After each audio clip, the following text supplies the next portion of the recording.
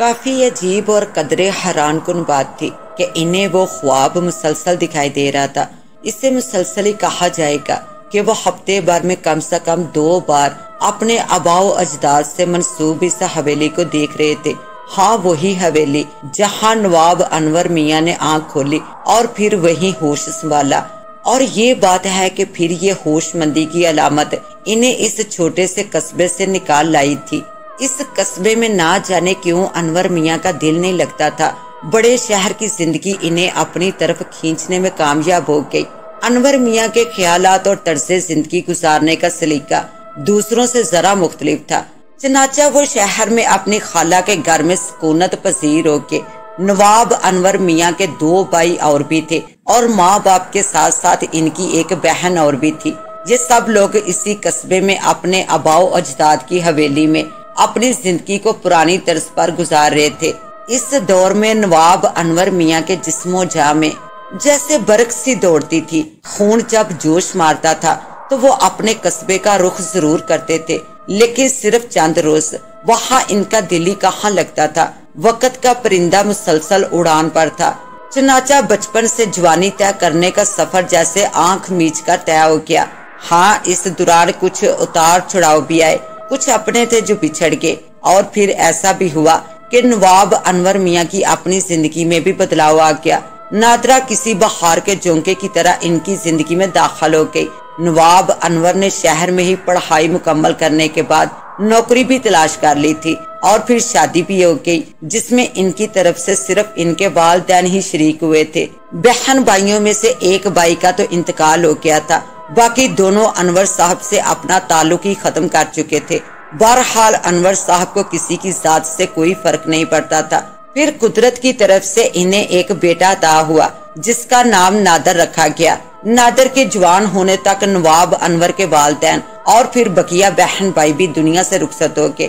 آخر کار حویلی میں صرف خدمت گزاری رہ گئے، اور یہ بھی خود انور صاحب کی اما پر ہوا تھا۔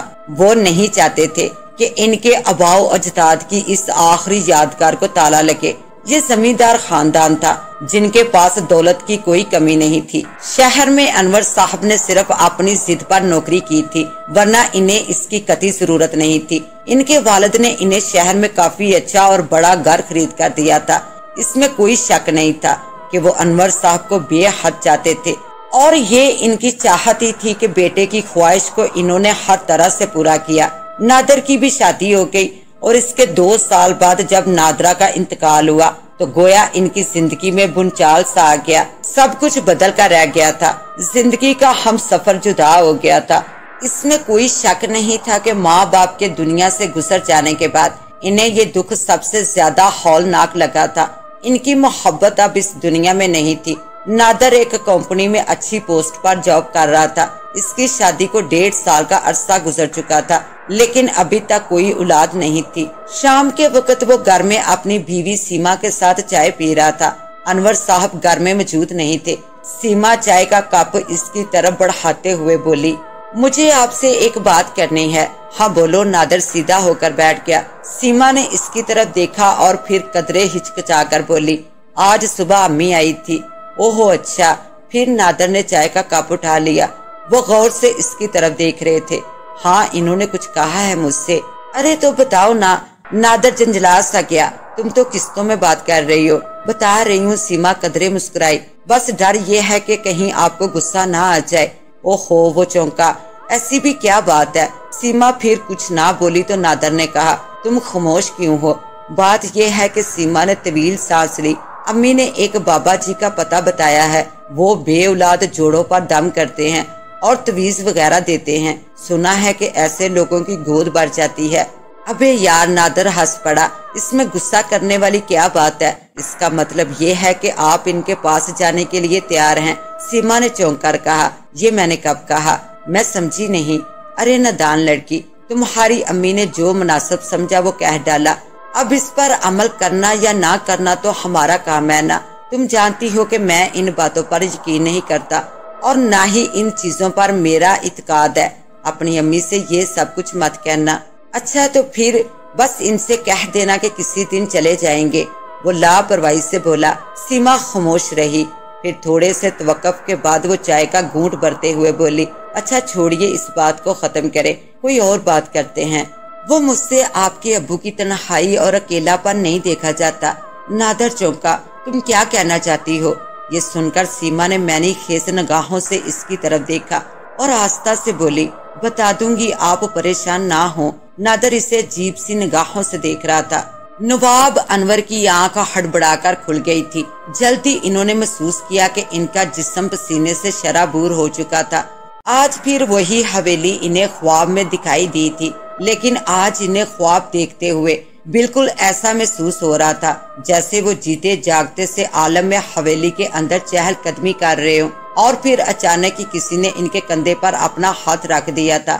اف خدایا، کس قدر بھاری ہاتھ تھا وہ چونک کر پلٹے تھے، دیکھنا چاہتے تھے کہ ان کے کندھے پر اس قدر باری پر کم ہاتھ کس کا رکھا ہوا تھا، اور پھر اچانک ہی ان کی آنکھ کھل گئی۔ وہ اٹھ کر بیٹھ کے حلق میں کانٹے سے پڑنے لگے تھے۔ اس کے ساتھ ہی انہوں نے محسوس کیا کہ ان کے کندھوں میں درد سا اٹھ رہا تھا۔ بے اختیار ان کا دوسرا ہاتھ اسی کندھے کو سہلانے لگا تھا۔ ایک خواب کا اتنا گہرا اثر، سر ہلا کر وہ اٹھ کھڑے ہوئے۔ گھر کا ملازم شرفو بھی اس وقت خواب خرگوش کے مزے اڑا رہا تھا۔ انہوں نے اٹھ کر گلاس بھر کر پانی پیا اور پھر اپنے کمرے سے باہر نکل آئے۔ کھلے صحن میں چاروں طرف سناٹے کا عالم تھا۔ رات آدھی سے زیادہ گزر چکی تھی۔ باغ میں لگے ہوئے درخت اور پودوں پر بھی خاموشی طاری تھی، شاید وہ بھی اس وقت نیند کی چھاؤں میں اونگ رہے تھے۔ نواب انور نے چاروں طرف نگاہ دوڑائی اور پھر زیر لب بڑبڑائے، ہاں مجھے جانا ہی ہوگا، حویلی مجھے بلا رہی ہے۔ اسی وقت سیما کی بھی آنکھ کھل گئی تھی۔ دروازے کے دوسری جانب اسے کسی قسم کی آہٹ سنائی دی تھی۔ نائٹ بلب کی روشنی میں اس نے نادر کی طرف گردن گھمائی۔ وہ گھوڑے اور تمام گدھے بیچ کر سو رہا تھا۔ اس کے حلق سے برآمد ہونے والے ہلکے ہلکے سے خراٹے اب سیما کو اپنے کانوں میں چبھتے ہوئے محسوس ہو رہے تھے۔ خواہ مخواہ میری آنکھ کھلی، اب ان خراٹوں کی نشریات سننا پڑے گی۔ پھر اس نے ایک طویل سانس لے کر کھڑکی کی جانب دیکھا اور کچھ سوچ کر بیڈ سے اتری اور کھڑکی کی جانب بڑھ گئی۔ اس نے پردہ ایک طرف ہٹایا اور پھر توقع کے عین مطابق اسے انور صاحب دکھائی دیے۔ وہ صحن میں ٹہل لگا رہے تھے۔ سیما نے پردہ برابر کیا۔ اس کے ماتھے پر سوچ کی لکیریں ابھر آئی تھی۔ کچھ دیر بیڈ کے کونے پر بیٹھی رہی، پھر اس نے نادر کو جھنجھوڑ کر اٹھا دیا۔ کیا ہے، کون ہے؟ نادر ہڑبڑا کر بولا، آپ کے ابو جان۔ سیما نے لقمہ دیا، اور کون ہوگا؟ اپنے کمرے میں نادر بکھلا کر بولا، ارے نہیں، وہ ہنسی، وہ تو بیچارے باہر ٹہل لگا رہے ہیں۔ وہ کیوں ٹہل رہے ہیں؟ آپ کی نیند تو پکی ہوتی ہے، ورنہ آپ کو معلوم ہو جائے کہ آپ کے ابو جان اکثر رات کے اس پہر گھر میں چہل قدمی کرتے ہیں۔ اچھا ہاں، وہ طویل سانس لے کر بولی، اور مجھ سے ان کی تنہائی اور اکیلا پن نہیں دیکھا جاتا۔ امی جان کے انتقال کو 2 سال کا عرصہ گزر چکا ہے، بس ان کی یہ تنہائی ختم ہونی چاہیے۔ تم کیا کہنا چاہتی ہو؟ نادر نے اس سے گور کر پوچھا۔ شادی، ابو جان کو اب شادی کر لینی چاہیے۔ تمہارا دماغ تو ٹھیک ہے نا؟ نادر کی آنکھیں پھٹ گئی۔ یہ تم کیا کہہ رہی ہو؟ اب اس عمر میں وہ یہ کام کریں گے؟ وہ ابھی بوڑھے تو نہیں ہوئے۔ سیما منہ بنا کر بولی، ہاں میں جانتا ہوں کہ صحت اور جسمانی لحاظ سے اب بھی وہ جوانوں کو مات کرتے ہیں، لیکن کچھ نہیں۔ سیما نے اس کی بات کاٹی، بس اب ابو جان کی شادی ہونی چاہیے۔ وہ کسی بھی زاویے سے اتنی زیادہ عمر کے لوگوں میں شمار نہیں ہوتے۔ یوں بھی آپ نے مجھے بتایا تھا کہ انہوں نے کم عمری میں ہی شادی کر ڈالی تھی۔ ہاں یہ بات تو ٹھیک ہے، تو پھر کیا مسئلہ ہے؟ ارے بھائی، وہ اب ہرگز شادی نہیں کریں گے۔ کیوں، ایسا کیا ہے؟ وہ امی سے بہت پیار کرتے تھے۔ میں مانتی ہوں، وہ سر ہلا کر بولی، لیکن اس کا یہ مطلب تو ہرگز نہیں ہے کہ اب بقیہ زندگی صرف ان کی یادوں میں ہی گزار دی جائے۔ اس طرح تو ان کی روح بھی افسردہ رہے گی۔ البتہ وہ شادی کر لیں گے تو یہ ضرور خوشی کی بات ہوگی۔ اچھا تو اب یہ بتاؤ کہ ان کی کہاں شادی کرنی ہے؟ گویا تنگ آ کر نادر نے پوچھا تھا۔ یہ سن کر سیما کی آنکھوں میں انجانی سی چمک ابھر آئی، پھر وہ مسکراتے ہوئے بولی، ایک رشتہ تو ہے میرے پاس۔ تو نادر چونک پڑا، کون سا رشتہ؟ قصبے سے وحیدہ نامی ایک عورت آئی تھی۔ سیما آہستہ سے بولی، اور یہ بات پچھلے ہفتے کی ہے۔ اچھا تو پھر کیا تم اس سے ابو جان کی شادی کرواؤ گی؟ نادر نے غور سے اس کی طرف دیکھا۔ ارے نہیں بھائی، وہ جلدی سے نفی میں سر ہلا کر بولی۔ وحیدہ تو کافی عمر رسیدہ خاتون تھی، البتہ انہوں نے اپنی بیٹی زرینہ کا ذکر کیا تھا۔ وہ جوان ہے اور بیوہ بھی ہے۔ وحیدہ آنٹی کے خیال کے مطابق زرینہ کافی خوبصورت بھی ہے۔ میرا خیال ہے کہ ابو جان سے اس کی شادی کروا دی جائے، انہیں کافی اچھا اور زندگی کا ساتھی مل جائے گا۔ تم پاگل ہو گئی ہو کیا؟ نہیں، میں بالکل ہوش میں ہوں، وہ تن کر بولی تھی۔ میں صرف اور صرف ابو جان کا اچھا چاہتی ہوں۔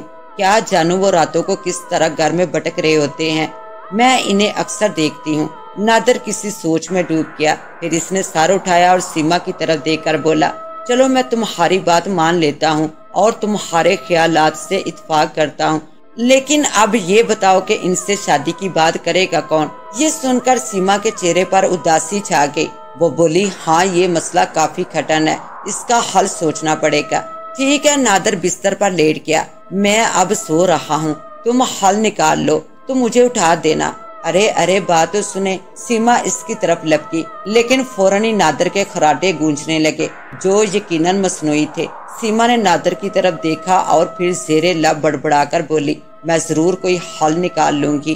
نواب انور میاں نے ایک طویل سانس لی اور پھر کسی گہری سوچ میں ڈوب کے وہ اس وقت اپنے کمرے میں موجود تھے۔ ان کے سامنے رکھی ہوئی میز پر پرانے اور یادگار تصویروں کے البم رکھے ہوئے تھے۔ وہ کافی دیر سے انہی تصویروں سے دل بہلا رہے تھے۔ ان پرانی یادگاروں میں ان کے وہ تمام عزیز اور قریبی رشتہ دار موجود تھے جو کہ اب اس دنیا میں نہیں تھے۔ نواب انور نے ایک بار پھر وہ البم اٹھا لیا۔ عین اسی وقت نادر اور سیما ان کے کمرے میں داخل ہوئے۔ کیا ہو رہا ہے ابو جان؟ سیما نے لپک کر پوچھا تھا۔ نادر کے مقابلے میں وہ انور صاحب سے کافی بے تکلفی سے باتیں کر لیتی تھی اور توقع کے برخلاف وہ اس کی کسی بات کا برا بھی نہیں مانتے تھے۔ اس کی بات سن کر انور صاحب مسکرا دیے اور بولے، گزرے ہوئے وقت کی دھول کو سمیٹ رہا ہوں۔ سیما ان کے مقابل ہی صوفے پر دراز ہو گئی اور بولی، بات تو ٹھیک ہے کہ انسان اکثر اپنی یادوں میں ہی سکون اور اطمینان محسوس کرتا ہے۔ ہر گزر جانے والا لمحہ اچھا ہوتا ہے، لیکن ابو جان ایک بات اور بھی ہے۔ وہ کیا؟ حال کو بھی دیکھنا ضروری ہے۔ وہ بولی، اس کی وجہ یہ ہے کہ ماضی تو اپنی جگہ اٹل ہے، لیکن آج کا حال بھی کل ہمارے لیے کافی ماضی بن جائے گا۔ کیا کہنا چاہتی ہو بیٹا؟ انہوں نے باغور اس کی طرف دیکھا۔ سیما بکھلا سی گئی، پھر قدرے سنبھلتے ہوئے بولی، آپ اپنے بارے میں بھی سوچئے، ہم لوگ آپ کے لیے بہت فکر مند رہتے ہیں۔ بھئی میں تمہیں لوگوں کے درمیان تو ہوں، انہوں نے جواب دیا۔ اب اور کیا سوچنا ہے؟ سیما نے مدد طلب نگاہوں سے نادر کی طرف دیکھا۔ جواباً نادر نے منہ پھیر کر ایک طویل سانس لی تھی۔ مطلب یہ تھا کہ اب اگر سیما نے بات چھیڑی تو وہ خود ہی کوئی بات نکالے، آپ اپنی کوئی مصروفیت ڈھونڈ لیں۔ سیما کچھ سوچ کر بولی، جس سے آپ کا وقت اچھا گزرے۔ اب یہ مصروفیت کسی بھی قسم کی ہو تو ہمیں کوئی اعتراض نہیں ہوگا، میں اس بارے میں غور تو کر رہا ہوں۔ وہ سر ہلا کر بولے، اچھا کیا؟ سیما نے جلدی سے پوچھا۔ جواباً نواب انور نے ایک طویل سانس لی اور پھر سرسراتے ہوئے لہجے میں بولے، میں اب قصبے میں رہنا چاہتا ہوں، اسی حویلی میں جو میرے آباء و اجداد کی نشانی ہے۔ میں اب اپنی بقیہ زندگی وہاں گزارنا چاہتا ہوں۔ سیما نے کن اکھیوں سے نادر کی طرف دیکھا، ساتھ ہی اس نے نادر کو اشارہ بھی کیا تھا، جس کا مطلب یہ تھا کہ اس سے نواب انور کی یہ بات اچھی لگی ہے۔ پھر اس نے کھنکھارتے ہوئے گلا صاف کیا اور بولی، یہ تو کافی بہتر ہے، کیا ہم لوگوں کو بھی آپ کے ساتھ چلنا ہوگا؟ نواب انور مسکرائے اور نفی میں سر ہلا کر بولے، نہیں، کیونکہ نادر کے بارے میں تو شاید میں یہ کہہ سکتا ہوں کہ یہ اپنے نسلی خون کی بدولت وہاں قیام کر سکتا ہے، لیکن تم وہاں کے ماحول میں نہیں رہ سکو گی۔ تو پھر وہ سیدھی ہو کر بیٹھ گئی۔ کیا آپ وہاں اکیلے رہیں گے؟ ظاہر ہے، وہ طویل سانس لے کر بولے، البتہ میرے گرد اس حویلی کے ملازم ہوں گے، لیکن وہ بات تو نہیں ہوگی ابو جان۔ سیما نے غور سے ان کی طرف دیکھا۔ اپنے تو پھر اپنے ہی ہوتے ہیں، تو پھر مجھے کیا کرنا چاہیے؟ انہوں نے سیما کو گور کر پوچھا۔ وہ تھوڑی گڑبڑا سی گئی اور پھر جلدی سے بولی، خیر آپ وہاں جائیے، پھر ہم دونوں کچھ کرتے ہیں۔ کیا کرو گے؟ سیما کا یہ مطلب ہے ابو؟ نادر بول اٹھا کہ ممکن ہے ہم بھی اس قصبے میں آ جائیں۔ ساتھ ہی اس نے سیما کو گور کر دیکھا تھا۔ نواب انور نے فوری طور پر کوئی جواب نہ دیا، وہ کسی سوچ میں ڈوب گئے تھے۔ پھر کافی دیر بعد ان کی آواز نے کمرے کے سکوت کو توڑا تھا۔ میں شاید اگلے ہفتے روانہ ہو جاؤں گا۔ یہ بھی محض اتفاق تھا کہ اس وقت بھی سیما گھر میں اکیلی تھی۔ جب شرفو نے آ کر اعلان کرنے والے انداز میں کہا، بی بی جی وہی بڑی بی آئی ہیں۔ کون؟ سیما نے چونک کر پوچھا۔ جو اس دن آئی تھی۔ شرفو سر ہلا کر بولا، میری معلومات کے مطابق وہ قصبہ جلال پور سے آئی تھی۔ او ہو وحیدہ آنٹی، جی ہاں، ارے تو انہیں اندر بلاؤ۔ وہ چونک کر بولی، انہیں باہر کیوں کھڑا کر رکھا ہے؟ جی ہاں، شرفو نے کہا اور الٹے قدموں واپس لوٹ گیا۔ جلدی وحیدہ بی بی کی شکل دکھائی دی۔ وہ حسب روایت سادہ سے کپڑوں میں ملبوس تھی۔ سیما انہیں ڈرائنگ روم میں لے آئی۔ شرفو کو اس نے چائے بنانے کے لیے کچن میں بھیج دیا تھا۔ وحیدہ بی بی نے مسکراتے ہوئے اس کی خیریت پوچھی اور بولی، میں آج بھی شہر میں ایک کام سے آئی تھی، سوچا کہ آپ سے بھی ملتی چلوں۔ یہ آپ نے بہت اچھا کیا۔ سیما بولی، میں بھی آپ کو یاد ہی کر رہی تھی۔ اچھا کیا واقعی؟ وحیدہ بی بی کے منہ سے نکلا۔ سیما کا یہ جملہ اس کے لیے شاید اطمینان کا باعث ثابت ہوا تھا۔ ہاں بالکل، وہ بولی، مجھے آپ سے کچھ باتیں کرنی تھی۔ اتنی دیر میں شرفو آ گیا اور سیما خاموش ہو گئی۔ ارے بیٹی، یہ تکلیف کیوں کی؟ میں تو آج آپ کو جانے بھی نہیں دوں گی۔ وہ بولی، کم سے کم ایک دن تو مجھے مہمان نوازی کا موقع دے۔ نہیں میری بچی، وحیدہ بی بی اپناہیت سے بولی، میں رک نہیں سکتی۔ میری بیٹی میرا انتظار کرے گی اور پریشان ہوگی۔ میں پھر کسی دن اسے بتا کر آ جاؤں گی۔ ٹھیک ہے، سیما بولی، میں دراصل آپ سے یہ پوچھنا چاہتی ہوں کہ کیا نواب صاحب آپ سے واقف ہیں؟ نہیں، وہ بولی، انہوں نے مجھے سرسری ہی دیکھا ہوگا۔ کیوں، کیا بات ہے بیٹی؟ کیونکہ میں آپ کی پیشکش پر غور کر رہی ہوں، سیما نے کہا، اور میں اسی وجہ سے آپ کو یاد کر رہی تھی۔ بوڑھی وحیدہ بی بی کی آنکھوں میں ایک عجیب سی چمک لہرائی تھی۔ پھر وہ پہلو بدل کر بولی، واقعی بیٹی تم نواب صاحب کے لیے دل سے مخلص ہو، ورنہ آج کل کی لڑکیاں اپنے ساس اور سسر کے لیے کہاں اتنا سوچتی ہیں۔ میں نواب انور کو ان کی عمر کے اس حصے سے جانتی ہوں، جب وہ قصبے کی گلیوں میں کھیلتے پھرتے تھے۔ اوہو اچھا، ہاں پھر انہوں نے قصبے کو خیر آباد کہہ دیا۔ وحیدہ نے طویل سانس لی۔ لیکن وہ جب بھی وہاں آتے تھے میں ان سے ملاقات ضرور کرتی تھی۔ سیما نے چائے کا کپ ان کی طرف بڑھا دیا، لیکن وحیدہ بی بی فوراً ہی بول اٹھی، نہیں بیٹی، میں نہ کچھ کھاؤں گی اور نہ ہی چائے پیوں گی۔ کیوں؟ سیما چونکی۔ وحیدہ بی بی کے ہونٹوں پر ایک شرمندگی امیز مسکراہٹ نمودار ہوئی اور وہ آہستہ سے بولی، میں اپنے بھائی کے گھر اس شہر میں آتی ہوں، وہ مجھ سے بہت پیار کرتا ہے، فوراً ہی میری خاطر مدارت میں کوئی کسر نہیں اٹھا رکھتا۔ تم محسوس مت کرنا، گھر سے نکلتے نکلتے اس نے مجھے شربت پلا دیا تھا، اور اب اس عمر میں زیادہ کھانا پینا بھی ٹھیک نہیں۔ لیکن آنٹی تھوڑی سی تو پی لیتی۔ نہیں بیٹی، پھر کبھی صحیح۔ اچھا، سیما نے سر ہلایا۔ پھر وہ بولی، کیا آپ کی بیٹی زرینہ بھی آئی ہے؟ نہیں، وہ بولی، وہ نہ کہیں آتی ہے اور نہ جاتی ہے، وہ تو قصبے سے تکلف ہی گوارا نہیں کرتی۔ جب سے وہ بیوہ ہوئی ہے تو بیچاری گھر کی چار دیواری میں محدود ہو کر رہ گئی ہے۔ اوہو، سیما کے منہ سے نکلا، اس کی کوئی تصویر ہے آپ کے پاس؟ یہ سن کر وحیدہ بی بی کے ہونٹوں پر ہلکی سی مسکراہٹ نمودار ہوئی اور انہوں نے اپنے کپڑوں میں ہاتھ ڈال دیا اور پھر ایک تصویر اس نے سیما کی طرف بڑھا دی۔ سیما نے جٹ سے اس چھوٹی سی تصویر کو اپنے ہاتھ میں لے لیا۔ ایک مسکراتی ہوئی لڑکی اس کے سامنے تھی جس کا ناک نقش کافی اچھا تھا۔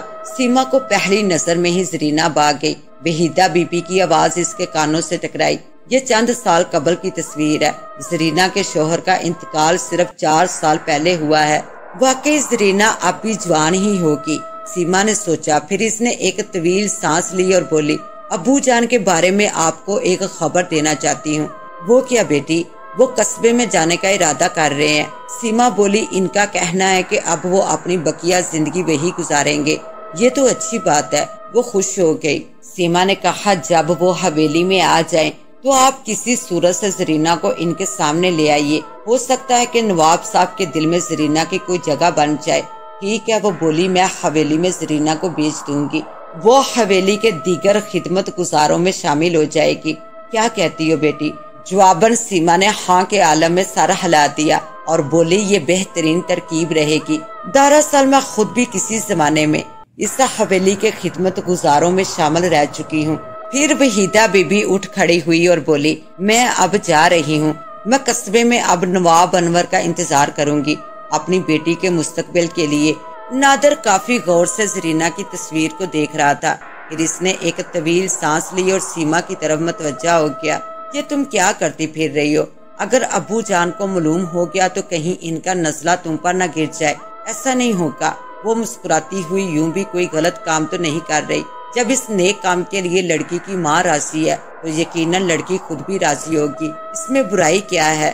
کیا ابو جان یہ سب کچھ ذہنی طور پر قبول کر لیں گے؟ نادر نے سوالیہ نگاہوں سے اس کی طرف دیکھا۔ میں نے بڑی بی سے ساری بات کر لی ہے، سیما بولی۔ جب ابو جان قصبے میں اپنی حویلی چلے جائیں گے کسی بہانے سے زرینہ کو بھی وہاں بھیج دیا جائے گا۔ ہو سکتا ہے کہ اس طرح ان دونوں کے درمیان خود ہی کوئی سلسلہ بن جائے۔ خوب، اور اگر ایسا نہ ہوا تو کوئی بات نہیں، وہ لاپرواہی سے بولی۔ اگر وہاں کچھ نہ ہوا تو پھر میں خود میدان عمل میں اتروں گی۔ نادر نے پوچھا، کیا مطلب ہے؟ جواباً سیما مسکرائی اور ڈرامائی انداز میں بولی، اس صورت میں مجھے زرینہ کی سرپرست بن کر ابو جان کے سامنے آنا ہوگا۔ یہ شادی تو ہو کر رہے گی۔ نواب انور کے ساتھ ساتھ شرفو نے بھی قصبے کا رخ کرنے کا اعلان کر دیا۔ سیما کو پتا چلا تو اس نے شرفو کو آڑے ہاتھ لیا تھا اور بولی، تم کہاں فرار ہونے کے چکر میں ہو؟ میں تمہیں ہرگز نہیں جانے دوں گی۔ شرفو نے منہ بنایا، جب نواب صاحب ہی نہیں ہوں گے تو میں کیا یہاں مکھیاں ماروں گا؟ ہاں وہی مار لینا۔ سیما بولی، لیکن میں تمہیں اجازت نہیں دے سکتی کہ تم جاؤ، میں چھوٹے صاحب سے سفارش لگوا دوں گا۔ شرفو ہنسا۔ یہ حقیقت تھی کہ وہ اس گھر میں کسی گھر کے ہی فرد کی طرح رہتا تھا، ایماندار اور محنتی تھا۔ اسے یہاں ملازمت کرتے ہوئے کافی عرصہ گزر گیا تھا۔ اس کے ہوتے ہوئے سیما کو صرف کچن دیکھنا ہوتا تھا۔ اتنے بڑے گھر کا بقیہ سارا کام شرفو خود ہی کرتا تھا۔ میں تو خود ابو جان کی سفارش بھی رد کر دوں گی، سیما اکڑتے ہوئے بولی۔ اگر تم نے یہاں سے باہر قدم نکالا تو مجھ سے برا کوئی نہ ہوگا۔ شرفو کا منہ لٹک گیا، پھر اچانک ہی کسی خیال کے تحت اس کی آنکھیں چمکنے لگی۔ سیما اسے غور سے دیکھ رہی تھی۔ اب کیا ہوا؟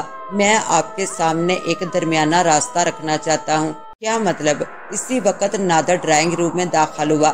شرفو فوراً اس کی طرف لپکا۔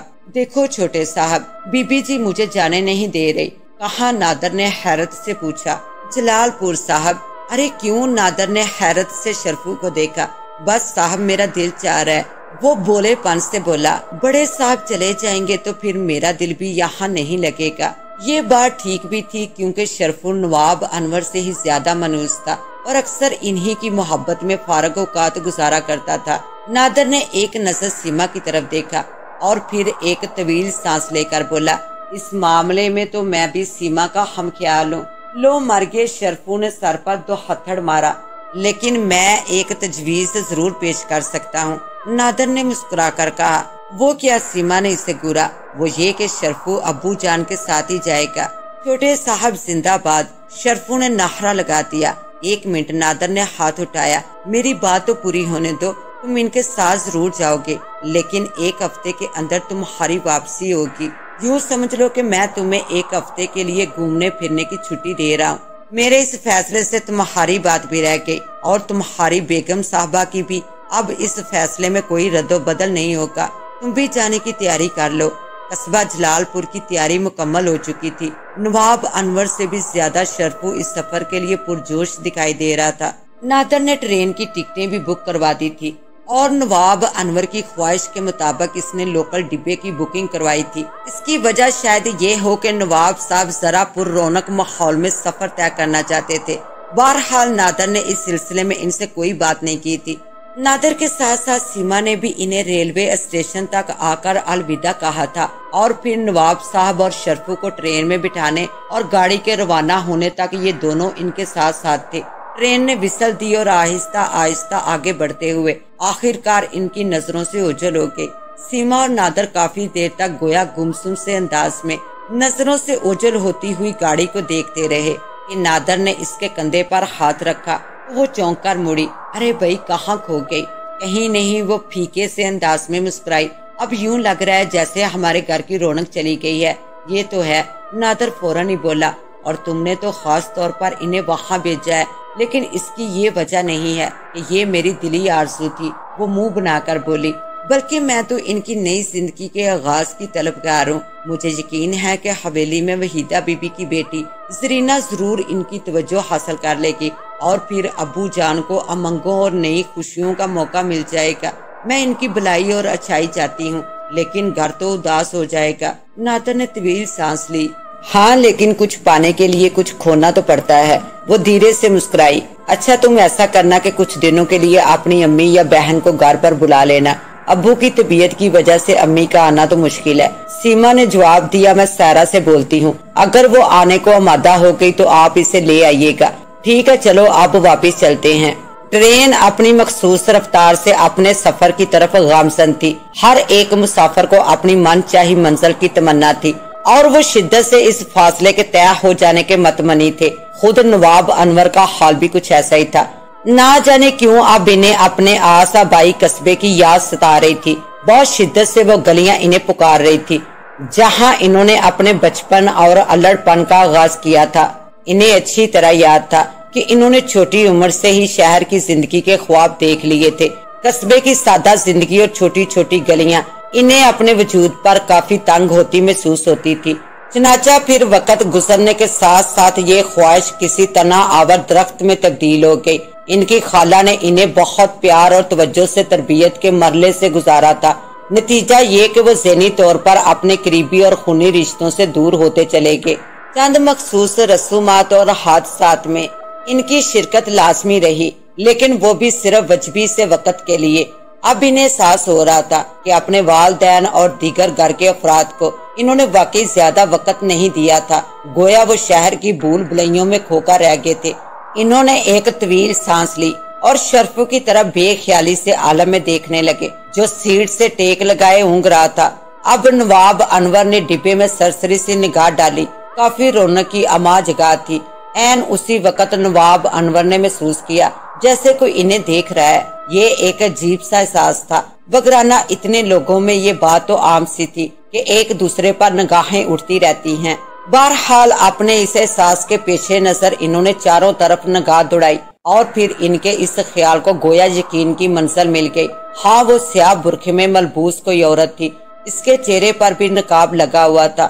نواب انور کی نظریں جیسے اس کے چہرے کی طرف اٹھی، نقاب کے اوپری حصے سے جھانکنے والی آنکھوں نے چند لمحوں کے لیے انہیں جیسے ساکت کر دیا۔ اس میں واقعی کوئی شک نہیں تھا کہ ایسی آنکھیں شاید انہوں نے زندگی میں کبھی نہیں دیکھی تھی۔ گھنی پلکیں، سبز رنگ کی حسین پتلیاں اور ان سحر انگیز آنکھوں کی زمین میں تیرنے والے گلابی ڈورے گویا مسل قیامت تھے۔ بلا شبہ یہ آنکھیں کسی بھی شاعر مزاج شخص کو کسی خوبصورت منزل کا احساس یاد دلا سکتی ہیں۔ چند لمحے خاموش ہونے کے بعد نواب انور کو جیسے ہوش آ گیا اور انہوں نے اس نقاب پوش عورت سے نگاہیں چرا لی۔ اس کے باوجود انہیں محسوس ہو رہا تھا کہ وہ حسین آنکھیں اب بھی ان کا جائزہ لے رہی تھی۔ بڑی عجیب سی بات تھی۔ رات کافی ہو چکی تھی۔ ڈبے میں کافی لوگ نیند کی آغوش میں گم ہو چکے تھے۔ شرفو بھی ایک جانب لڑکا ہوا تھا۔ وہ بے سدھ ہو کر سو رہا تھا، لیکن نواب انور کی آنکھوں سے نیند کوسوں دور تھی۔ وہ نہ جانے کیوں ڈبے میں چاروں طرف متلاشی نگاہوں سے دیکھ رہے تھے۔ دراصل انہوں نے سفر کے دوران تمام وقت محسوس کیا تھا کہ وہ نقاب پوش عورت بار بار ان کی طرف دیکھے جا رہی تھی۔ کئی بار انہیں ایسا بھی لگا کہ جیسے وہ ان سے مخاطب ہونے کے لیے کوئی مناسب موقع یا پھر شاید اپنے اندر ہمت بندھا رہی ہے، لیکن پھر شاید وہ اپنے اس ارادے کو پورا نہ کر سکی۔ نواب انور نے اسے تنہا ہی ایک سیٹ پر بیٹھا ہوا دیکھا تھا۔ یقیناً وہ تنہا ہی سفر کر رہی تھی، لیکن پھر نواب صاحب کا دھیان کسی اور طرف چلا گیا اور پھر وہ نقاب پوش انہیں ڈبے میں کہیں بھی دکھائی نہ دی اور اب تک وہ لاپتہ ہی تھی۔ اس ڈبے میں لوگوں کی کافی تعداد موجود تھی۔ اب اگر اس عورت کا نقاب اتر گیا تھا تو جب بھی اس کی آنکھوں سے اسے شناخت کر لینا زیادہ مشکل کام نہیں تھا۔ آہستہ آہستہ ٹرین کی رفتار میں کمی ہونے لگی۔ نواب انور نے کھڑکی سے باہر جان کر دیکھا، کوئی اسٹیشن آنے والا تھا۔ شاید یہی وجہ تھی کہ ٹرین کی رفتار سست روی کا شکار ہونے لگی تھی۔ آخر کار ٹرین رک گئی۔ بہت سے لوگ نیند سے بیدار ہو گئے، ان میں شرفو بھی شامل تھا۔ اس نے ہڑبڑا کر ادھر ادھر دیکھا۔ نواب انور پر نظر پڑتے وہ بکھلا کر بولا، ارے آپ ابھی تک جاگ رہے ہیں؟ ہاں، انہوں نے سارا ہلایا، میرے حصے کی نیند بھی تم نے ہی لے لی۔ پھر وہ جلدی سے بولا، کوئی اسٹیشن آ گیا شاید۔ نواب انور نے سارے ہلایا۔ یقیناً برخودار قریب میں موجود ایک عمر رسیدہ بزرگ کی آواز ابھری، یہ شملی گڑھ کا مشہور اسٹیشن ہے، یہاں گاڑی کم سے کم 1 گھنٹے تک رکتی ہے۔ ارے 1 گھنٹہ، شرفو حیرت سے بولا۔ بالکل، وقت زیادہ بھی ہو سکتا ہے۔ بزرگ نے سارا ہلایا۔ کیا تم دونوں نے پہلی بار سفر کیا ہے؟ میں نے کبھی نہیں کیا، شرفو بول اٹھا۔ بڑے صاحب تو کبھی کبھار جلال پور چلے جاتے ہیں۔ خیر، بزرگ بولے، اگر بھوک لگی ہو تو یہ وقت کافی اچھا ہے، کیونکہ اس کے بعد گاڑی سیدھی جلال پور میں ہی رکے گی۔ اطلاع دینے کا شکریہ۔ نواب انور نے سارا ہلایا۔ شرفو، تم کچھ کھاؤ گے؟ نہیں صاحب، وہ بولا، میرے تو پیٹ میں گڑبڑ سی ہو رہی ہے۔ ٹھیک ہے، نواب انور اٹھ کھڑے ہوئے، میں آتا ہوں ابھی۔ اور پھر وہ ٹرین سے باہر نکل آئے۔ کہیں دوسرے مسافر بھی اترے تھے۔ شملی گڑھ کا یہ اسٹیشن رات کے اس سمے بھی پر رونق تھا۔ کئی جگہوں پر کھانے پینے کے سٹال لگے ہوئے تھے۔ نواب انور نے چند قدم آگے بڑھائے ہی تھے کہ ایک آواز ان کے کانوں سے ٹکرائی۔ بات سنیے۔ یہ ایک نسوانی آواز تھی۔ یوں محسوس ہو رہا تھا جیسے انہیں مخاطب کیا گیا ہو۔ وہ بے ساختہ گھوم گئے اور پھر حیرت زدہ رہ گئے۔ وہی نقاب پوش عورت ان کے سامنے موجود تھی۔ کتنے لمحے تو اسی گمسم سی کیفیت میں گزر کے وہ ساکت سے عالم میں اسے دیکھ رہے تھے، پھر اس کی آواز ان کے کانوں سے ٹکرائی۔ آپ اس طرح کیوں دیکھ رہے ہیں؟ لیکن تم کون ہو؟ میرا نام زرینہ ہے۔ اس کی آواز بھی بے حد دلکش تھی، اور میں آپ سے اچھی طرح واقف ہوں۔ زرینہ نواب انور کے لہجے میں حیرت تھی۔ جی، وہ سارا ہلا کر بولی، میں اپنی والدہ کے ساتھ جلال پور جا رہی ہوں۔ میں سمجھا کہ تم اکیلی ہو۔ ان کے منہ سے نکلا، اچھا اب یہ بتاؤ کہ تم مجھے کیسے جانتی ہو؟ آپ کو کون نہیں جانتا؟ نواب خاندان سے تو قصبے کا بچہ بچہ واقف ہے۔ ویسے مجھے تو میری والدہ نے آپ کے بارے میں بتایا ہے۔ اوہو، اچھا، جی ہاں، بولو تم کیا چاہتی ہو؟ یہ سن کر زرینہ چند لمحے خاموش رہی، پھر آہستہ سے بولی، مجھے حویلی میں ملازمت کرنی ہے، کیونکہ میں اس گھر میں نہیں رہ سکتی جہاں میری والدہ رہتی ہے۔ پر کیوں؟ دراصل انہوں نے دوسری شادی کر لی ہے، اور میرا ستیلا باپ کچھ اچھا آدمی نہیں ہے، آپ سمجھ سکتے ہیں۔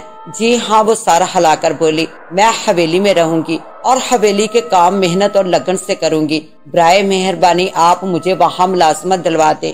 ہاں ٹھیک ہے، وہ کچھ سوچ کر بولے، تم وہاں رہ سکتی ہو، میں حویلی پہنچ کر تمہیں بلوا لوں گا۔ بلوانے کی ضرورت نہیں ہے، وہ جلدی سے بولی، میں خود ہی آ جاؤں گی، بس آپ مجھے بھولیے گا مت، میں جلدی وہاں آؤں گی، اپنا وعدہ یاد رکھیے گا۔ یہ کہہ کر وہ مڑی اور ٹرین کی طرف قدم بڑھانے لگی۔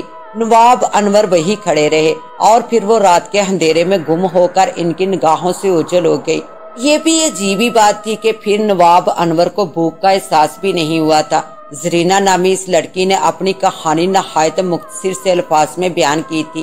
حیرت انگیز بات یہ تھی کہ وہ نواب انور سے واقف تھی۔ اگر وہ قصبے میں رہتی تھی تو نواب انور سے اس کی واقفیت کافی حیرت انگیز تھی، کیونکہ اس قصبے میں ان کی آمد و رفت تو نہ ہونے کے برابر تھی۔ بہرحال وہ ٹرین کے سفر میں انہی کی طرف متوجہ رہی تھی، اور اب اس نے نواب انور سے گفتگو بھی کر لی تھی۔ انہوں نے ایک طویل سانس لی اور پھر اسی طرح متوجہ ہو کے جہاں زرینہ گئی تھی، لیکن اب وہ نگاہوں کی دسترس سے دور تھی۔ وہ کچھ دیر تک بے وجہ ادھر ادھر دیکھتے رہے، پھر انہوں نے بھی واپس ڈبے کی طرف قدم بڑھا دیے۔ شرفو جاگ رہا تھا۔ انہیں دیکھتے ہی اس نے اپنے ڈھیلے جسم کو سنبھالا اور سیدھا ہو کر بیٹھ گیا۔ نواب انور کے ہونٹوں پر ہلکی سی مسکراہٹ دوڑ گئی۔ میں تو سمجھا کہ تم سو رہے ہوں گے۔ کہاں صاحب، شرفو منہ بنا کر بولا، جب سے ٹرین رکی ہے نیند ہی غارت ہو گئی ہے۔ ہاں، تمہاری لوری بند ہو گئی۔ این اسی وقت برابر میں بیٹھے ہوئے بڑے میاں نے دخل دیا، بھئی کچھ بات چیت ہو جائے، وقت ہی گزرے گا۔ ضرور ضرور جناب، نواب انور فوراً بولے، کیا میں اپنے دل کی کوئی بات کہہ سکتا ہوں؟ اب وہ بزرگ نزدیک آگے تھے۔ جی ہاں ضرور، کیوں نہیں۔ اب انہوں نے ادھر ادھر دیکھ کر ایک طویل سانس لی اور بولے، میں نے زمانے کے کئی رنگ دیکھے، اچھے برے دور بھی دیکھے۔ میرا نام ارسلان بیگ ہے اور میری عمر اس وقت 80 سال ہے۔ ماشاءاللہ، شرفو نے سارا ہلا کا لقمہ دیا، صحت تو بہت ہی عمدہ ہے آپ کی۔ ہاں، بس یہ پروردگار کا کرم ہے۔ وہ مسکرائے، اور ان بزرگوں کی دعا ہے جن کے ساتھ میں نے محبت رکھی۔ بزرگ، ہاں بیٹا، وہ سر ہلا کر بولے، میں فقیری لینڈ کے لوگوں میں بہت رہا ہوں، یہی وجہ ہے کہ میں اس وقت ایک خاص بات محسوس کر رہا ہوں، اور اسی بارے میں بتانے کے لیے میں بے چین ہوں۔ شرفو نے انہیں غور سے دیکھا اور پھر بولا، کیا آپ کسی قسم کا کوئی خطرہ محسوس کر رہے ہیں؟ ہاں میں ارسلان بیگ نے کچھ کہنے کے لیے منہ کھولا ہی تھا کہ عین اسی وقت ڈبے میں اندھیرا چھا گیا۔ ارے ارے کئی آوازیں ابھری، یہ کیا ہوا؟ اور پھر ایک تیز قسم کی کراک گونجی، یوں محسوس ہوا جیسے کوئی شخص کسی چیز سے اندھیرے کی وجہ سے ٹکرا گیا ہو۔ ارے بھائی لائٹ کو کیا ہوا؟ کسی نے گھبرا کر کہا تھا۔ اس اچانک آفت پر ہر کوئی پریشان تھا، اور پھر ڈبے میں روشنی پھیل گئی، بلب جل اٹھے تھے۔ اس وقت سب نے ہی ایک حیرت انگیز منظر دیکھا۔ ارسلان بیگ اپنی جگہ پر بے سدھ پڑے تھے، ان کے سر کے پچھلے حصے سے خون بہہ رہا تھا۔ کافی تشویشناک صورتحال تھی۔ ان کی لمبی لمبی سانسوں کی آواز کافی بلند تھی۔ سر کے حصے سے بہنے والا خون اب چہرے پر پھیلنے لگا تھا۔ لوگ بکھلا کر کھڑے ہو کے، ان میں نواب انور اور شرفو سب سے زیادہ نمایاں تھے۔ ارے انہیں کیا ہوا؟ پتہ نہیں صاحب، نواب انور کے منہ سے نکلا۔ وہ بے خیالی کے عالم میں ادھر ادھر دیکھ رہے تھے۔ میرا خیال ہے کہ خیر وہ تو بعد کی بات ہے، فی الحال تو ان کے لیے کچھ کرنا ہوگا۔ ہاں بیچارے نہ جانے کہاں جا رہے ہیں، یہ مکمل طور پر بے ہوش ہیں۔ یہ کہہ کر انور نے کسی خیال کے تحت ارسلان بیگ کی جیب میں ہاتھ ڈال دیا۔ ان کا ہاتھ باہر آیا تو کئی چیزوں کے ساتھ شناختی کارڈ بھی برآمد ہوا، جس پر ان کا پتہ درج تھا۔ 110 گل ریزہ مارکیٹ، اورنگ آباد۔ نواب انور بڑبڑائے، پھر انہوں نے اسے ارسلان بیگ کی جیب میں واپس ڈال دیا۔ شرفو کے ساتھ کئی دوسرے لوگوں نے اپنے طور پر ان کا معائنہ کیا، لیکن ان کی بے ہوشی ختم نہ ہو سکی، گویا کہ خون بہنا بند ہو چکا تھا۔ تھوڑی دیر میں ہی عملہ آ گیا، انہیں اطلاع دے دی گئی تھی۔ چنانچہ ارسلان بیگ کو اسٹریچر پر ڈال کر ڈبے سے اتار لیا گیا۔ نواب انور کو معلوم کرنے پر عملے کے ایک آدمی نے کہا، انہیں تو چوٹ لگی ہے۔ اس کے انداز میں تشویش تھی، یوں لگ رہا ہے جیسے کوئی چیز ان کے سر پر ماری گئی ہے۔ ہم لوگ تو خود حیران ہیں، نواب انور بولے۔ یہ ہم سے ہی بیٹھے ہوئے باتیں کر رہے تھے، اچانک ہی سارے بلب بند ہو گئے اور اندھیرا چھا گیا۔ اسی وقت ہمارے کانوں نے ایک تیز کراس سنی تھی۔ عملے کے آدمی نے چاروں طرف دیکھتے ہوئے کہا، اس کے بعد کیا ہوا تھا؟ بس پھر لائٹ آ گئی۔ شرفو بول اٹھا، یہ بزرگوار بے ہوش پڑے تھے اور اسی حالت میں ان کے سر سے خون بہہ رہا تھا۔ خیر قریب میں ہی ایک ہاسپٹل ہے، انہیں وہاں لے جاتے ہیں۔ میرا خیال ہے کہ ڈاکٹر ہی انہیں ہوش میں لا سکیں گے۔ کیا ہم بھی چلیں آپ کے ساتھ؟ نواب انور نے پوچھا۔ آپ ان کے رشتہ دار ہیں کیا؟ نہیں، میں ان کا رشتہ دار تو نہیں۔ بات دراصل یہ ہے کہ ٹرین اب روانہ ہونے والی ہے اور اس کے بعد آنے والی ٹرین میں 4 گھنٹے کا وقفہ ہوگا۔ ہم انہیں لے جاتے ہیں، اگر خدا نہ خواستہ کوئی مسئلہ ہوا تو ان کے عزیزہ کو بلا لیں گے۔ آپ بھی ذرا اپنے پتے سے آگاہ کرتے۔ نواب انور نے اپنی حویلی کا ڈریس دے دیا۔ فوراً یہ اسٹریچر منگوایا گیا اور ارسلان بیگ کو اس پر لٹا کر ڈبے سے اتار لیا گیا۔ تھوڑی دیری گزری تھی کہ ٹرین نے روانگی کی وسل دے دی۔ ڈبے میں سرگوشیاں ہو رہی تھی، ہر کسی کی زبان پر ارسلان بیگ کا ہی تذکرہ تھا۔ شرفو بولا، نہ جانے وہ کیا بات تھی جو بیچارے ہم سے کہنا چاہتے تھے۔ اس اچانک آفت نے انہیں موقع ہی نہ دیا۔ ہاں، نواب انور نے طویل سانس لی۔ میرا خیال ہے کہ وہ بولتے بولتے رک گئے۔ شرفو ان کی شکل دیکھ رہا تھا، پھر وہ خاموشی رہے تو اس سے رہا نہ گیا۔ آپ کچھ کہہ رہے تھے صاحب جی؟ ہاں، وہ چونکے۔ مجھے یقین ہے کہ اس ڈبے میں ان کا کوئی دشمن موجود ہے جس نے موقع دیکھ کر ان پر وار کیا تھا، لیکن حیرت کی بات یہ ہے کہ اندھیرا کیسے ہوا؟ جلال پور کافی پرانا قصبہ جو آج بھی اس طرح قائم تھا کہ جب اس کی سنگ بنیاد رکھی گئی تھی، وہی لال اینٹوں سے بنے ہوئے گھر اور قصبے کا اپنا مخصوص ماحول اب بھی اسی حالت میں تھا۔ نواب انور اکثر کہتے تھے کہ زمانہ بدل گیا، لیکن جلال پور نہ تو کبھی بدلا ہے اور نہ ہی بدلے گا۔ ان کی آمد کی اطلاع حویلی میں دی جا چکی تھی، یہی وجہ تھی کہ اورنگ محل صاف ستھرا اور چمکتا ہوا دکھائی دے رہا تھا۔ ہاں، نواب انور کے آباء و اجداد نے اس حویلی کا یہی نام رکھا تھا، اور عرصہ دراز جانے کے باوجود بھی کسی میں اتنی ہمت نہیں تھی کہ حویلی کو کسی اور نام سے منسوب کر سکیں۔ تو اورنگ محل واقعی اس وقت اپنی شان و شوکت کے ساتھ نواب انور کے استقبال کے لیے تیار تھا۔ اس حویلی کے 2 پرانے خدمتگار تو ریلوے اسٹیشن ہی پہنچ گئے تھے۔ نواب انور اور شرفو کا پرجوش استقبال ہوا تھا۔ دلاور اور ادھیڑ عمر کرم دین نے ان کا سامان اپنے ہاتھوں پر رکھ لیا تھا۔ ایک گاڑی میں یہ چھوٹا سا قافلہ حویلی کی طرف روانہ ہو گیا۔ راستے میں نواب انور نے کرم دین سے چند رسمی جملے کہنے کے بعد پوچھا، سناؤ کرم دین، حویلی کے کیا حال حوال ہے؟ آپ نے برسوں پہلے اسے دیکھا تھا۔ کرم دین مسکرایا۔ جناب عالی، وہ آپ بھی اسی حال میں ہے۔ اچھا، نواب انور بولے، یہ بتاؤ تم نے شادی وادی کی کہ اب بھی تم خود حویلی کی طرح ہو؟ یہ سن کر کرم دین ہنسا اور بولا، جی جناب، میری شادی کو اتنا عرصہ گزر چکا ہے کہ میری بیٹی اب جوان ہو چکی ہے۔ واہ، بہت خوب۔ نواب انور نے طویل سانس لی۔ واقعی وقت گزرتے پتہ ہی نہیں چلتا۔ جی ہاں صاحب، تمہاری بیوی بچے حویلی میں رہتے ہوں گے؟ نہیں جناب، اس کے چہرے پر تغییر سا نمودار ہو گیا۔ وہ حویلی میں نہیں رہتے، میں خود حویلی میں رہتا ہوں۔ مجھے جب ان کی یاد ستاتی ہے تو میں ان لوگوں سے مل آتا ہوں۔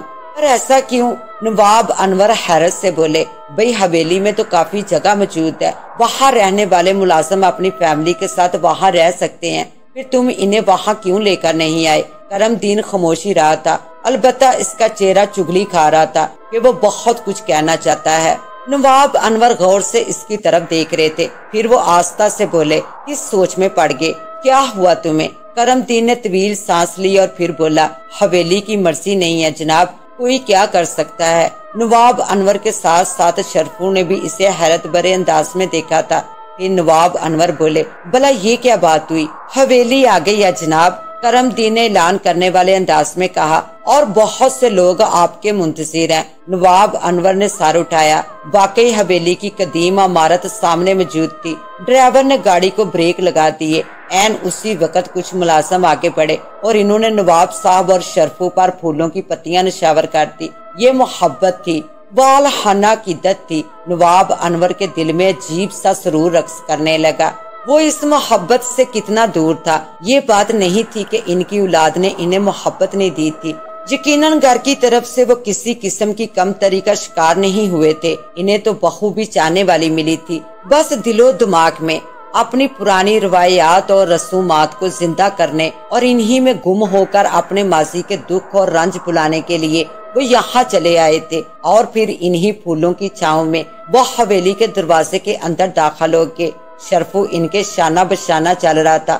حویلی کا اندرونی حصہ اس طرح صاف ستھرا تھا جیسے اب بھی نواب انور کا خاندان یہاں آباد ہو۔ نہ جانے کیوں ان کی آنکھوں میں نمی سی تیرنے لگی تھی۔ ان کا سامان یہاں کے ملازموں نے شرفو کو بھی نہیں اٹھانے دیا تھا، حالانکہ وہ خود بھی نواب انور کا ملازم تھا، لیکن یہاں وہ اس حویلی کا مہمان تھا۔ یہی وجہ تھی کہ اسے بھی عزت اور احترام سے نوازا گیا تھا۔ کرم دین انہیں مہمان خانے میں لے آیا تھا، ساتھ ہی اس نے دوسرے ملازموں کو ہدایت کی تھی کہ وہ دسترخوان لگائیں۔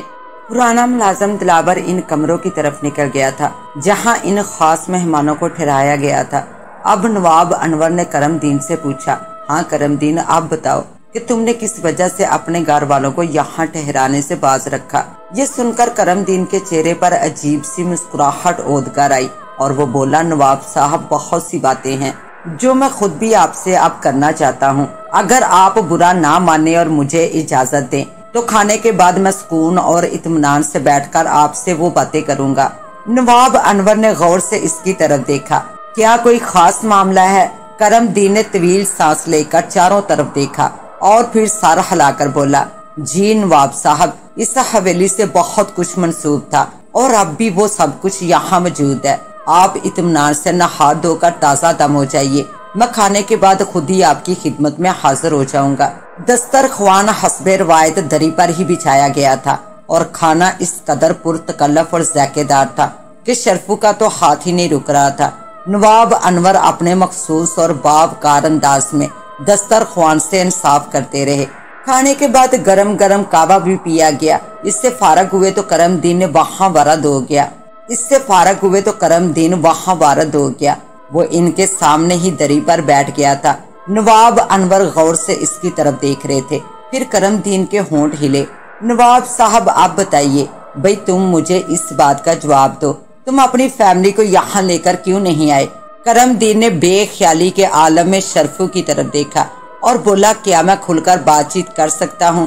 بالکل، وہ فوراً ہی بولے، مجھے بابا جی کا کمرہ بھی دیکھنا ہے۔ یہ تو اچھی بات ہے، کرم دین نے جلدی سے کہا، میں آپ کو وہیں ساری باتیں کھل کر بیان کر دوں گا۔ کچھ سوچ کر نواب انور اٹھ کھڑے ہوئے تھے۔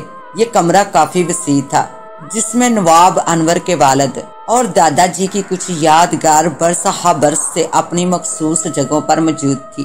وہ اپنے والد کو بابا جی کے نام سے ہی مخاطب کرتے تھے۔ کچھ دیر کے لیے کرم دین کی طرف سے ان کا ذہن ہٹ کر گزرے ہوئے ماضی میں کود پڑا۔ اس کمرے میں آتش دان بھی موجود تھا، جس کے اوپری حصے میں دادا جان اور ان کے والد کی جوانی کی تصویریں لگی ہوئی تھی۔ ان تصویروں کے ساتھ ہی دیوار میں ایک پرانی اور بھاری بار کم تلوار ٹنگی ہوئی تھی۔ اس کے برابر میں 2 نالی والی ایک بندوق بھی موجود تھی۔ یہاں تیر کمان بھی موجود تھے۔ گویا ایک چھوٹا سا عجائب گھر تھا جو اس کمرے کے کونے میں موجود تھا۔ تیر کمان اور تلوار کا شوق دادا جی کی یادگار تھا، جبکہ بندوق ان کے والد کے استعمال میں رہتی تھی۔ ان دونوں کو ہی ہرن کے شکار کا جنون کی حد تک شوق تھا۔ اس قصبے سے چند کوس کے فاصلے پر چنار نامی جنگل موجود تھا، جس میں ہرن اور 12 سنگے با کثرت موجود تھے۔ اسی جنگل میں شکار کھیلا جاتا تھا۔ نواب انور انہی یادگاروں میں گم تھے کہ کرم دین کی آواز انہیں حسب حال میں لے آئی۔ میں آپ سے بہت کچھ کہنا چاہتا ہوں، لیکن مجھے ڈر ہے کہ کہیں میری کوئی بات آپ کو بری نہ لگ جائے۔ نواب انور چونک کر اس کی طرف گھومے اور پھر ہنس کر بولے، شاید تم یہ کہنا چاہتے ہو کہ میں اب اس ویران اور خالی حویلی میں کیا کرنے آیا ہوں؟ اب کیا ہے یہاں؟ سب کچھ تو ختم ہو چکا۔ نہیں نواب صاحب جی، کرم دین تڑپ اٹھا، میں یہ جرت کس طرح کر سکتا ہوں؟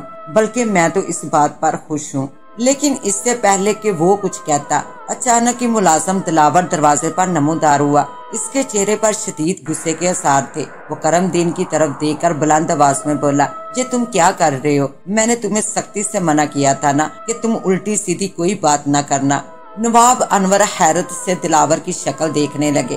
فوراً ہی دلاور نے خود کو سنبھالا اور قدرے مسکرانے کی کوشش کرتے ہوئے بولا، معاف کیجئے گا نواب صاحب، دراصل کرم دین کا دماغ تھوڑا سا کسک گیا ہے۔ یہ آپ کا بے وجہ دماغ کھائے گا اور فالتو باتوں سے آپ کا وقت ضائع کرے گا۔ یہ کہہ کر وہ ایک بار پھر کرم دین کی طرف گھوما، جس کی شاید سیٹی ہی گم ہو گئی تھی۔ دلاور اس سے مخاطب ہوا، چلو تم اپنی دوا کھاؤ، تمہارے سونے کا بھی وقت ہو رہا ہے، ورنہ رات بھر چلا چلا کر سب کو پریشان کرو گے۔ کرم دین کچھ نہ بولا، پھر اس نے نواب انور اور شرفو کی طرف ایک نگاہ ڈالی اور کمرے سے نکل گیا۔ چند لمحے خاموشی کے عالم میں گزر گئے۔ نواب انور کے ساتھ شرفو بھی حیرت زدہ تھا۔ پھر نواب انور نے دلاور کو مخاطب کیا، یہ تم نے کیا حرکت کی ہے؟ کیوں ڈانٹا بیچارے کرم دین کو؟ ارے صاحب، وہ بے وجہ فالتو باتیں کرتا ہے۔ دلاور جلدی سے بولا، آپ ہمارے مہمان ہیں، وہ اپنی باتوں سے آپ کے ذہن کو الجھا دیتا، اس لیے میں نے اسے یہاں سے چلتا کر دیا۔ میں اب اسی حویلی میں رہوں گا۔ میں اب فیصلہ کر کے آیا ہوں۔ دلاور کسی سوچ میں پڑ گیا، پھر وہ جلدی سے بولا، یہ بھی باعث مسرت ہے نواب صاحب، خوشی کی بات ہے کہ اب حویلی آباد ہو جائے گی۔ کیا میں ایک بار پھر آپ کے لیے کعوہ تیار کروں؟ ہاں، میں ضرورت محسوس کر رہا ہوں، جو حکم میں ابھی حاضر ہوا۔ دلاور چلا گیا۔ شرفو کسی سوچ میں گم تھا، پھر اس کے ہونٹ ہلے۔ نواب صاحب، ہاں شرفو بولو، میں کچھ محسوس کر رہا ہوں۔ یا تو آپ سے کچھ چھپایا جا رہا ہے، یا پھر اس حویلی کے مکین آپ کی آمد سے خوش نہیں ہے۔ میں کچھ عجیب قسم کا ماحول دیکھ رہا ہوں۔ مجھے بھی ایسا ہی لگتا ہے۔ نواب انور کا لہجہ سوچ میں گم تھا۔ خیر، اب تو مجھے یہاں رہنا ہی ہے۔ اتنی دیر میں دلاور آ گیا۔ اس کے ہاتھوں میں ٹرے تھی جس میں کعوے کی پیالیاں رکھی ہوئی تھی۔ اس نے بڑے احترام سے ان دونوں کو کعوہ پیش کیا اور سیدھا کھڑا ہو کر بولا، میں تھوڑی دیر میں آ کر آپ کو ان کمروں میں لے جاؤں گا جہاں آپ آرام کریں گے۔ کمرے ہمیں کرم دین نے دکھا دیے تو اب انور نے ہاتھ اٹھا کر کہا، تم جاؤ، اب تم بھی آرام کرو۔ دلاور نے سر کو خم کیا اور بولا، جو حکم جناب کا، میں صبح سویرے ہی آپ کی خدمت میں حاضر ہو جاؤں گا۔ ٹھیک ہے، آپ کب آرام فرمائیں گے؟ ابھی تو میں جاگ رہا ہوں، ہو سکتا ہے کہ میں حویلی میں ذرا ٹہل لگاؤں۔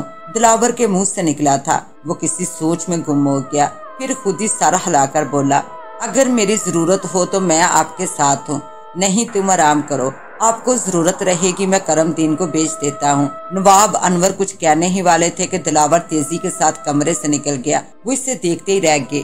پھر وہ دونوں بھی وہاں نہیں رکے تھے۔ نواب انور کے ساتھ شرفو بھی باہر نکل آیا تھا۔ صحن میں سے گزر ہی رہے تھے کہ رات کے پھیلے ہوئے اندھیرے میں انہیں دو سائے دائیں جانب سے آتے ہوئے دکھائی دیے۔ ان میں سے ایک کہہ رہا تھا، بس تم اپنی زبان کو لگام دے کر رکھنا، فالتو باتیں منہ سے نکالنے کی ضرورت ہی نہیں ہے۔ یہ یقیناً دلاور کی آواز تھی۔ بے ساختہ انہوں نے شرفو کا ہاتھ پکڑا اور ایک جانب بیٹھ کے شرفو نے بھی ایک کونے میں خود کو سمیٹ لیا تھا۔ یہ فضول باتیں ہیں۔ یہ کرم دین تھا جو اب وہاں رک کر دلاور کی شکل دیکھ رہا تھا۔ جواباً دلاور خاموش رہا۔ پھر کرم دین کی ہی آواز ابھری تھی، وہ ابھی جاگ رہے ہیں؟ رات میں چہل قدمی کے دوران اگر انہوں نے جہنمی دروازہ کھول دیا تو کیا ہوگا؟ یہ بات سن کر شاید دلاور سناٹے میں آ گیا تھا۔ پھر وہ آہستہ سے بولا، میں اس بات کو سمجھتا ہوں، لیکن پہلے دن ہی انہیں اس طرح کی باتوں سے ہراساں کرنے سے کیا فائدہ؟ تو کیا لا علمی خطرناک ثابت نہیں ہوگی؟ کرم دین نے جرا کے انداز میں پوچھا۔ وہ اب یہاں کے مہمان نہیں بلکہ مستقل مکین بن کر آئے ہیں۔ کیا ہم ان سے حقیقت کو چھپا سکیں گے؟ تو پھر کیا کریں؟ دلاور قدرے جنجلا اٹھا۔ دراصل میں نے تمہیں اس لیے وہاں سے اس وقت ہٹا دیا تھا کہ نواب صاحب پریشان نہ ہو جائے۔ بیچاروں کا آج یہاں پہلا دن ہی تو ہے۔ تم بھی اپنی جگہ درست سوچ رہے ہو اور میں بھی غلط نہیں ہوں۔ ہم لوگ اس حویلی کے نمک خوار ہیں اور حویلی کے اس آخری بچ جانے والے سرپرست کی حفاظت ہمارا فرض عین ہے۔ تو پھر اب کیا کریں؟ تم ہی مشورہ دو۔ فی الحال تو انہیں کچھ بتانے سے گریز کرو۔ دلاور شاید کچھ سوچ کر بولا تھا، وہ ابھی جاگ رہے ہیں، شاید وہ رات میں حویلی میں گھومے پھریں۔ تم اس دوران ان کا خیال رکھنا اور جہنمی دروازے سے انہیں دور ہی رہنے کا کوئی طریقہ نکالنا۔ کرم دین کی نفرت زدہ آواز گونجی، جہنمی دروازہ منحوس حویلی کا داغ، ارے کیا کر رہے ہو؟ دلاور کے لہجے میں خوف کا عنصر شامل تھا۔ کیوں ایسی باتیں منہ سے نکال رہے ہو؟ جاؤ اب تم کمرے میں چلے جاؤ، وہ لوگ اب باہر نہ آ جائیں۔ اور پھر وہ دونوں ان کے قریب سے گزرتے چلے گئے۔ نواب انور اور شرفو تھوڑا اور اندر کی طرف ہو گئے تھے۔ تھوڑی دیر بعد میدان صاف تھا۔ نواب انور نے شرفو کی طرف دیکھ کر آہستہ سے کہا، یہ کوئی گہرا چکر لگتا ہے، آؤ اب کمرے کی طرف چلیں۔ وہ کمرے میں داخل ہوئے تو کرم دین انہی کا منتظر تھا۔ صاحب جی آپ کہاں چلے گئے تھے؟ واش روم میں، شرفو بول اٹھا۔ نواب انور آرام سے ایک کرسی پر دراز ہو کے اور کرم دین کی طرف غور سے دیکھ کر بولے، تمہیں دلاور نے بھیجا ہے نا؟ جی سرکار، اس کی ضرورت نہیں ہے۔ وہ بولے، تم آرام کرو، میں بارہا اس حویلی کو دیکھ چکا ہوں، میں یہاں کے تمام راستوں سے بخوبی واقف ہوں۔ جی سرکار، یہ بات تو میں جانتا ہوں۔ وہ سر ہلا کر بولا، ظاہر ہے کہ آپ سے زیادہ کون اس حویلی کو جان سکتا ہے، بس تو پھر تم اپنی نیند خراب مت کرو۔ وہ بولے، تم جا کر سو جاؤ۔ نہیں سرکار، وہ جلدی سے بولا، یہ بات ہمارے لیے باعث شرمندگی ہوگی کہ آپ اکیلے حویلی میں چہل قدمی کریں۔ اگر میں سو جاؤں تو یہ بات میرے لیے ممکن نہیں۔ تم کیوں پریشان ہو گئے ہو؟ شرفو بول اٹھا، جاؤ، جب نواب صاحب کہہ رہے ہیں تو جا کر سو جاؤ۔ نہیں میرے بھائی، کرم دین بضد تھا، یہ مجھے گوارا نہ ہوگا۔ اگر میں نہ ہوتا تو یہ دلاور کا فرض تھا کہ وہ آپ لوگوں کی خدمت گزاری کے لیے حاضر ہوتا۔ اس نے یہ کام میرے ذمہ لگایا ہے۔ اچھا بھائی، شرفو نے گویا ہاتھ جوڑ دیے، تم چلو ہمارے ساتھ، تم تو قسم کھا کر آئے ہو۔ جواباً کرم دین پھیکے سے انداز میں ہنس دیا اور پھر وہ تینوں باہر نکل آئے تھے۔ برآمدے سے باہر نکلے تو ٹھنڈی ہوا کے جھونکے ان کے چہروں سے ٹکرائے۔ سامنے کھلا صحن تھا جس کے کنارے پر باغیچہ تھا۔ رات کی اس پہر اس باغیچے میں موجود گھنے درخت اپنی شاخوں کے ساتھ جھومتے ہوئے دکھائی دے رہے تھے۔ اس ویران سناٹے میں عجیب سا ماحول دکھائی دے رہا تھا۔ چاروں طرف سکون تھا، ویرانی تھی اور حویلی کسی خوابناک محل کی مند دکھائی دے رہی تھی۔ اسی کھلے ہوئے صحن میں وہ کنواں بھی موجود تھا جس کا پانی اب بھی حویلی کے مکینوں کو زیر آب کر رہا تھا۔ کرم دین نے ہاتھ میں دبی ہوئی ٹارچ روشن کر دی۔ یہ ٹارچ وہ اپنے ساتھ ہی لے کر آیا تھا۔ روشنی کا دائرہ آگے کی طرف بڑھتا ہوا دکھائی دے رہا تھا۔ شرفو نواب انور نے ہانک لگائی، جی صاحب جی۔ وہ فوراً آگے بڑھ آیا، یہ اندھا کنواں ہے۔ وہ بولے، یہ اس قدر گہرا ہے کہ اس میں جھانکنے کے بعد بھی کچھ بھی دکھائی نہیں دیتا۔ او ہو، اسی لیے یہ اندھا ہے، شرفو کے منہ سے نکلا۔ ہاں، لیکن اس میں کنویں کا کیا قصور ہے صاحب جی؟ قصور تو دیکھنے والی آنکھ کا ہوا اور بے وجہ اس بیچارے کنویں کو اندھا بنایا گیا۔ بات تو ٹھیک ہے، نواب انور سر ہلا کر بولے، لیکن اب تو اس کا یہی نام رہے گا کیونکہ یہ روزے اول سے ہی اندھا کنواں مشہور ہو چکا ہے۔ شرفو چپ چاپ اس کنویں کا معائنہ کرنے لگا۔ این اسی وقت نواب انور نے ایک زوردار جماہی لی اور بولے، بھائی اس حویلی کا ماحول مجھ پر بھی اثر انداز ہو رہا ہے۔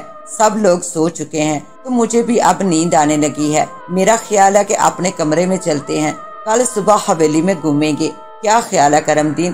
جیسے آپ کی مرضی، وہ سر ہلا کر بولا۔ آئیے میں آپ کو کمرے تک پہنچا دوں۔ ہاں چلو۔ نواب انور واپسی کے لیے گھومے اور پھر باقی دونوں بھی پلٹ گئے۔ چند قدم طے کرنے کے بعد اچانک ہی نواب انور نے کرم دین کو مخاطب کیا، تم نے اب تک وہ بات نہیں بتائی۔ کون سی بات سرکار؟ کرم دین چونکا۔ تم نے اپنے گھر والوں کو یہاں کیوں نہیں رکھا؟ کرم دین کو چپ سی لگ گئی، پھر وہ کافی دیر بعد گویا ہوا۔ کیا جواب دوں سرکار؟ کیوں تمہیں جواب دینے میں کوئی مسئلہ درپیش ہے؟ بس یوں سمجھ لیں کہ ان لوگوں کا یہاں رہنا مناسب نہیں ہے۔ کیا وجہ ہے؟ دراصل میرے گھر میں میری بیوی ہے اور ایک بیٹی ہے۔ وہ کچھ سوچ کر بولا، اب مسئلہ یہ ہے کہ حویلی میں سارے کے سارے مرد حضرات ہیں۔ یہ بات تو ہے۔ نواب انور نے سر ہلایا۔ بس سرکار، میں اسی وجہ سے انہیں یہاں لے کر نہیں آیا کہ یہاں کوئی اور عورت نہیں ہے۔ مردوں کی خصلت سے تو آپ واقف ہیں، کسی اونچ نیچ کے ڈر سے میں نے انہیں خود سے الگ رکھا ہوا ہے۔ بہت خوب بھائی، نواب انور مسکرائے، دلیل تو تم نے بہت مضبوط دی ہے۔ چلو فی الحال میں تمہاری بات تسلیم کر لیتا ہوں۔ اب تم مجھے ایک بات اور بتاؤ، لیکن میں وہ بات بالکل سچ سننا چاہتا ہوں۔ کرم دین نے چونک کر ان کی طرف دیکھا پر بولا کچھ نہیں تھا۔ بولو کرم دین، نواب انور نے پھر کہا۔ جو میں پوچھوں گا وہ تم سچ بتاؤ گے؟ ضرور سرکار، آپ کیا پوچھنا چاہتے ہیں؟ اس نے ٹٹولنے والے انداز میں ان کی طرف دیکھا۔ یہ جہنمی دروازہ کہاں ہے؟ انہوں نے یکدم ہی پوچھا۔ کرم دین کے قریب جیسے کوئی بم پھٹ گیا ہو۔ نواب انور کے جملے نے اس پر ایسا ہی اثر کیا تھا۔ وہ حیرت زدہ انداز میں زور سے اچھلا اور بے ساختہ اس کے ہاتھ سے ٹارچ نکل کر دور جا گری۔ وہ اب پھٹی پھٹی خوفزدہ آنکھوں سے نواب انور کی شکل دیکھ رہا تھا۔ اس کے ساتھ ہی اب مجھے دیں اجازت، ملتے ہیں انشاءاللہ پارٹ 2 کے ساتھ۔ تب تک کے لیے اللہ نگہبان۔